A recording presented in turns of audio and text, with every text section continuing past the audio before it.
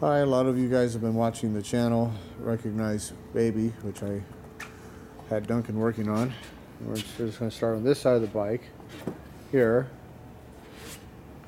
and we're going to go over here, and run this around here, this side here, just as the update of this beautiful machine. Now, this has been a project. I'm going to hand the camera off to Ophi here. And come back around. Now, I got this bike about 3 years ago. For those of you who are new on the channel, and I know there's a lot of videos to go through. At the time I got it, I thought it was a original paint factory custom bike. It does have Harley Davidson paint on it, which obviously Harley Davidson paint, anybody could buy it back in the day. You just buy a can and spray it. However, the front fender has been carefully dinged out and leaded over on the top, which we discovered, so it is a repaint back when lead was used, which depending on who I believe, I wasn't alive at the time, somewhere between 52 and 58, lead was replaced with Bondo, and some of the old guys still wanted to use it. We have no idea who repainted it, but the old man it came from originally had told the guy I got it from that he bought it new. Now, it's important to realize, because of World War II, you could buy what we would consider a used bike, even today, a vehicle that's within 5 years of new, that has 7,500 or less miles on it, can be resold by the dealer as a brand new vehicle, even today right here in California because of World War II, because there's no production of any vehicles.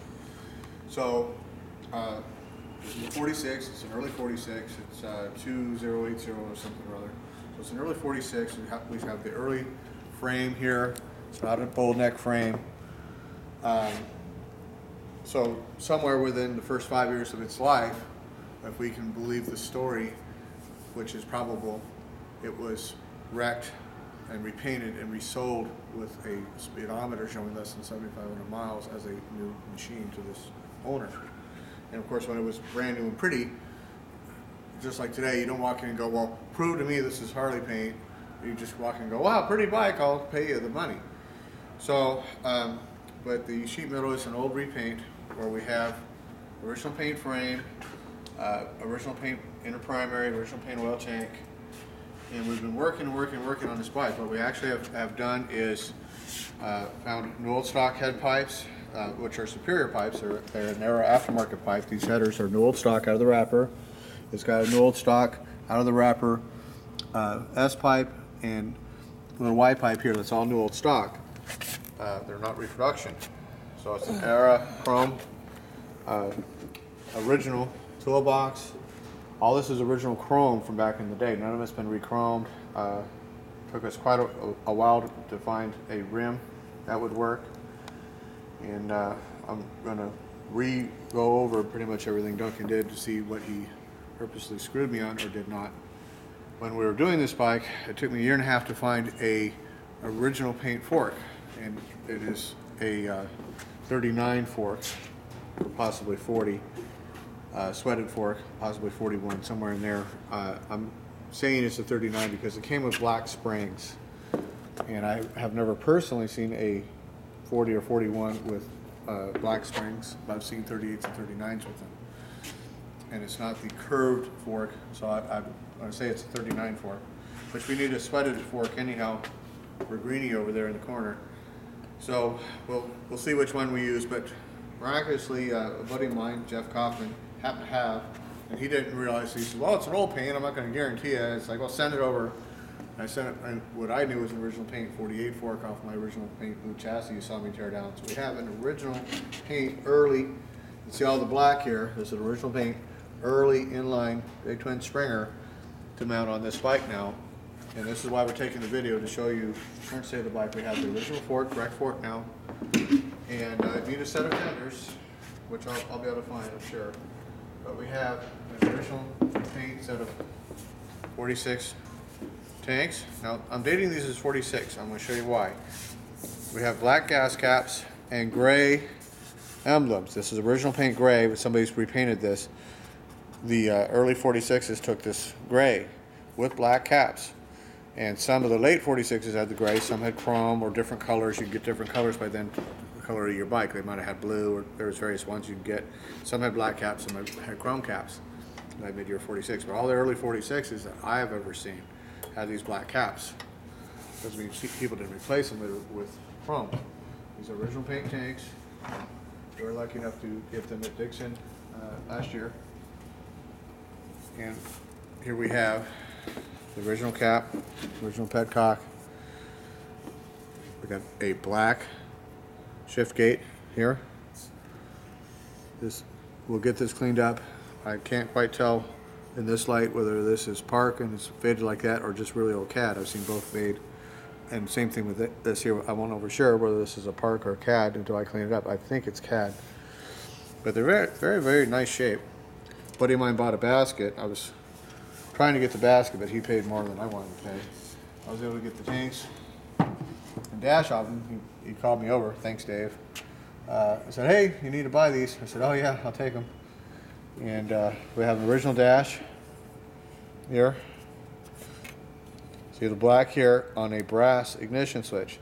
So this will be all original to a early 46 like that. So black is the best color and easiest color to find. So I'm sure I'll be able to find some fenders. So they could have had the small or the thick brace. Either one's fine as long as I got a beehive tail light. And I'll make them work. They just can't be super early, super late, that sort of stuff. But they were made for quite a few bikes. So we'll find some black fenders that has to blend in with the bike. So that's the key thing. Everything has to blend in together to make it look like it really came like that. And I can put this bike back to original paint. So we've been working on it, like I said, for about 3 years since I got it. And I think it's more important at this point, at this stage, especially considering the ultimate fucking I got from Duncan, to just go ahead and rip it apart, see what he did or didn't do. We'll put everything on camera, what he did right or what he didn't do right. And he loved that bike. He was the only one that worked in it. Supposedly, yeah, whatever. That's what he's doing nuts and bolts off of it. But anyways, that way I know it's right, and everybody can see what I'm doing and why I'm doing it. So as we get to this bike, we're gonna rip it all back apart, put everything on video, and put it all back together again. So obviously I got to finish greening. I got to finish the 38. I got the green bug in the back. We'll get that together. And these 3 knuckleheads here, so I'm showing the lineup, will be the next ones we're working on. So, but I mean, I got a thing done today. It was super hot in the shop, 90 plus degrees, and I'm tired from the trip, probably. So now it's finally cooled off, and I'm on Eastern Standard Time, so it's 11 something there. I'm like, time for bed. And but I figure I'll just make a video for you guys, say hi out there, and I appreciate all the support I've been getting, especially with this clown. You got a finger in the lens over there. No, I don't. I don't know what the hell that was, so I appreciate all the support all you guys have been giving me. I can't, I haven't met most of you. Maybe one of these days you can come up and say hi, shake my hand. I'd love to meet you at least. And I can't even thank you enough how much I really appreciate everybody's support. So we have the makings now of a true original paint 46. And I did go and inspect another 46 on the trip, which is a late 46, so hopefully we'll be able to put the pair together. One of my good buddies, Doug Strange, says, what's up with all the knuckleheads? And I says, well, if it wasn't for the knucklehead, we wouldn't have Harley Davidson that we have today. This bike caused that. It was a total risk. It was a total adventure. They never perfected it. Every 6 months, they changed something trying to figure it out. And but because of the knucklehead, we still have Harley Davidson that we have today. Indian didn't put an overhead valve, and we know what happened to Indian. We didn't do a force beat, and we know what happened to Indian. If they had, we may not have a Harley, we might have an Indian. So this motor caused the world to have Harley Davidson. And they've never been truly accurately documented. Greg Fields did his try in his book, which is why Greenie became famous in '97. But if I get lucky enough and the bikes want me to, I will do my very best to document as much of them as possible for the world. So that's why I'm chasing Knucklehead. That's your contribution to the world. That's my contribution back to everybody. And that's why I'm taking the time to do these videos at this stage of my life. So please allow me to give back to everybody. Appreciate everybody's support. Love you all. And I will see you guys in the next video. Thank you very much.